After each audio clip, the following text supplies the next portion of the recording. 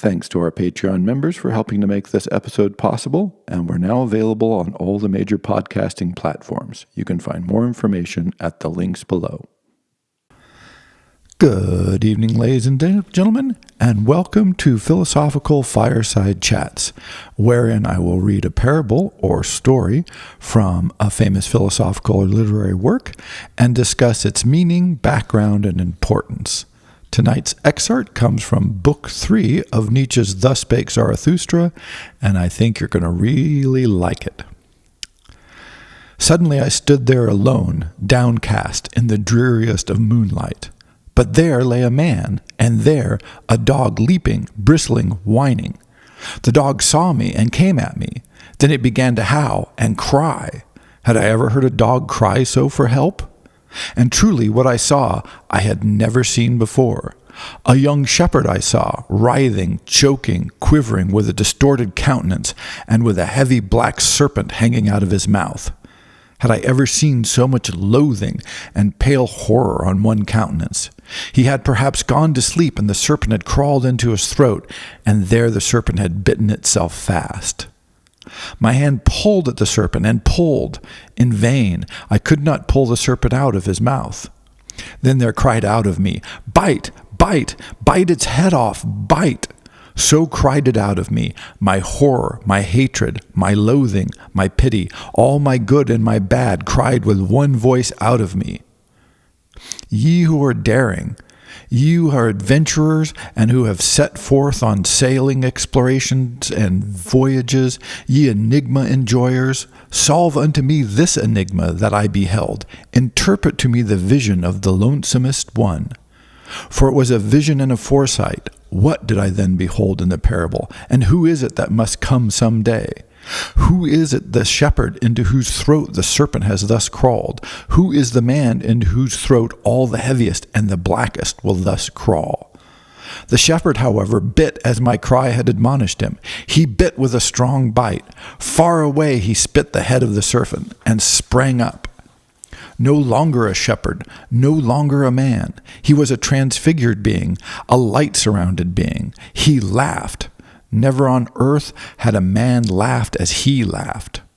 O brethren, I heard a laughter which no human laughter, and now gnaweth at thirst at me, a longing that is never allayed.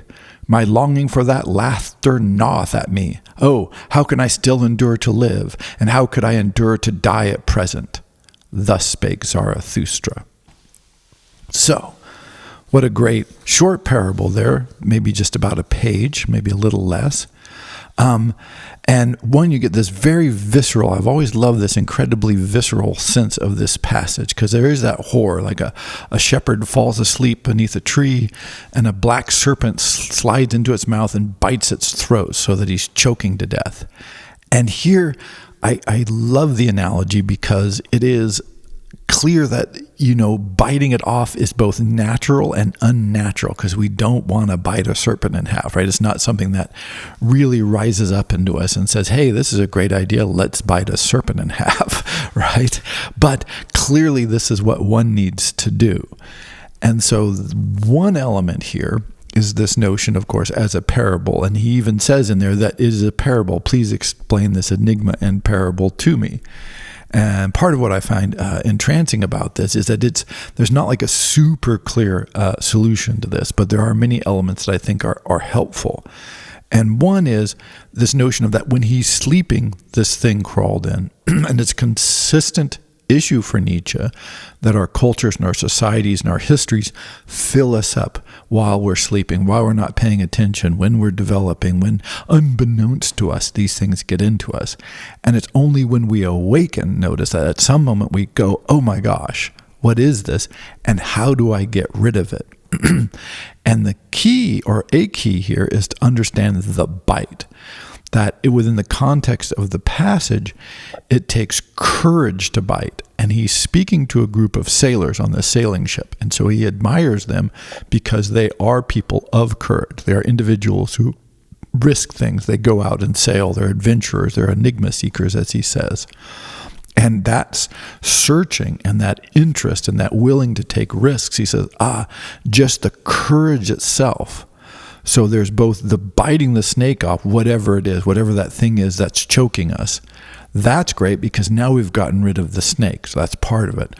But another part of it is also just the courage of the biting, just the notion that when you do something like this, the attempt or even the success of biting off all those things that are choking us, that have snuck in while we weren't paying attention, that itself creates a power and transforms us.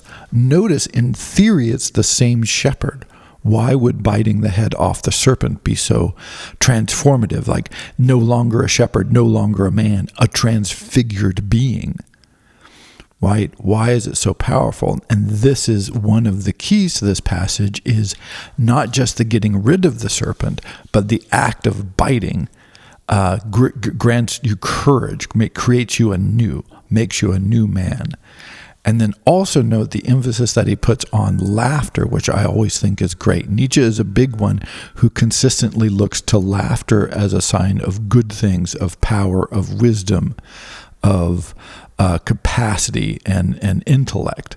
And so often what he calls the spirit of heaviness, we're taught, no, laughter is frivolous. It means silly things. It's about what's not important rather than what is important. And for Nietzsche, it's often a sign of the most important thing. And so when he spits this snake head out, the relief and the transfiguration of the process makes him not, wise and still and calm or huge and powerful and mighty or rich, and he doesn't marry the princess or whatever, all the things that you're supposed to. No, the transfiguration makes you laugh, and what a great laugh it is. So this is a big part of this, is that the biting is the transfiguring thing, not just the getting rid of the snake. And so, as I mentioned, the context here is Nietzsche says, who will say this to me? And what is Nietzsche's role here? Because notice he's watching this parable and he's recounting it to these sailors on this ship. And he goes, okay, I was alone, I was downcast. And then you can see this extrapolation where he just puts himself sort of outside of himself and says, then this vision came to me. And this vision is the putting away, the biting off, the eliminating of those things that choke you and make you small and fill you with fear and tell you that you're worthless and tell you, what you're supposed to be seeking, and all of these values that creep in. And so that the aloneness that he felt was not, so it gives another error that's often made when we think about this. If you think about the parable of the Buddha, he goes off on his own into the woods, and there he seeks wisdom beneath the banyan tree, and it finally comes to him, right? Like isolation and loneliness, this is this heavy weight that helps you. In Nietzsche's case, what he articulates for Zarathustra is no. It's not the isolation of wisdom.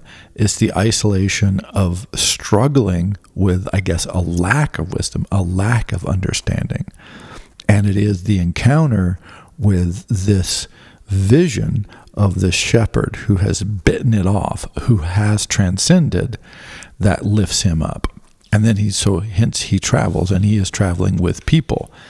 But notice he says, at the end, he says, "O my brethren, I heard a laughter which was no human laughter, and now a gnawing thirst is at me, a longing that is never allayed." So he's had a vision of what is possible. He's heard the sound of the transfigured man, and he wants it, he desires it, but he does not have it. He's not claiming it's Zarathustra who has done this and achieved it. He's claiming that he doesn't have it, that it's what he's seeking. It's the freedom, the liberation, the transformation that he wants. Or at the very least, he wants to find the transfigured man, the one who can elevate themselves above all this, who can actually bite the head off of the snake. And again, notice Zarathustra doesn't claim that he's bitten the head of the snake off yet. later on this comes up, suggests that he has. And so this parable, very short and very simple, contains many layers. And we generally think of someone like Nietzsche in the character of Zarathustra here saying, oh, I'm going to tell you the truth. I'm the transfigured one who is coming back from the mountains with the truth, which is exactly how Zarathustra, the narrative, begins in book 1. By book 3, we're in a little bit of a different place, and he's decided maybe he doesn't know so much. And Nietzsche is saying here, like, oh, I've had a vision. I know what could be, but boy, I'm not there yet, and I wish I could get there. And this is one of those great moments in philosophy, because I think often we think of philosophy as being answers rather than explorations. Yet most, not all, but much of classic and great philosophy is much more of this variety, where it's visions and parables and moments of inspiration rather than clear-cut, concise solutions or answers. So there's often a misfit from what we ask of philosophy from what philosophy is going to provide. So famously, Socrates was always saying he didn't know things, right? Like that what is gnawing at Zarathustra is that he could be transfigured this way. He could laugh that way, but he doesn't know how to, right? He can't find the snake that he needs to bite off that will allow him to laugh that laugh. And so when Socrates says he doesn't know, what he's saying is like, yeah, I'm not there yet. These sorts of non-answers or suggestiveness or pointing towards things that have not been achieved or understood or clearly explained, that occurs a lot in philosophy, and it tends to frustrate us because you're like, oh, I'm going to read, Plato and find out what makes a good government. Now, Plato is a little more direct in trying to explain that, but by the time he gets done explaining, it's not clear that he's really done that great of a job. But it's certainly a spectacular exploration. Or Spinoza's discussion of the nature of God, the universe, and everything, which is certainly a spectacular exploration. But, answers, that is a rough one to ask for there. So a brief parable that encourages, on one hand, brave people who are out sailing the seas, who are taking risks, to maybe take a try, to maybe try and find that snake, to find the dragon that's sunk inside that you can bite the head off of, to liberate yourself so you can laugh that great laugh. But notice, one, probably quite difficult, and two, the outcome is this transfigured laughter and joy and lightness and springing up, rather than some other sort of, dark wisdom or, authority figure or power. He's a shepherd transformed into a laughing, unearthly figure. And that notion that when we have that courage and we can find the snake, and then we can finally bring ourselves, as unnatural and both natural as it might feel, to bite it off, that's when we might be able to dance and laugh the way that shepherd has.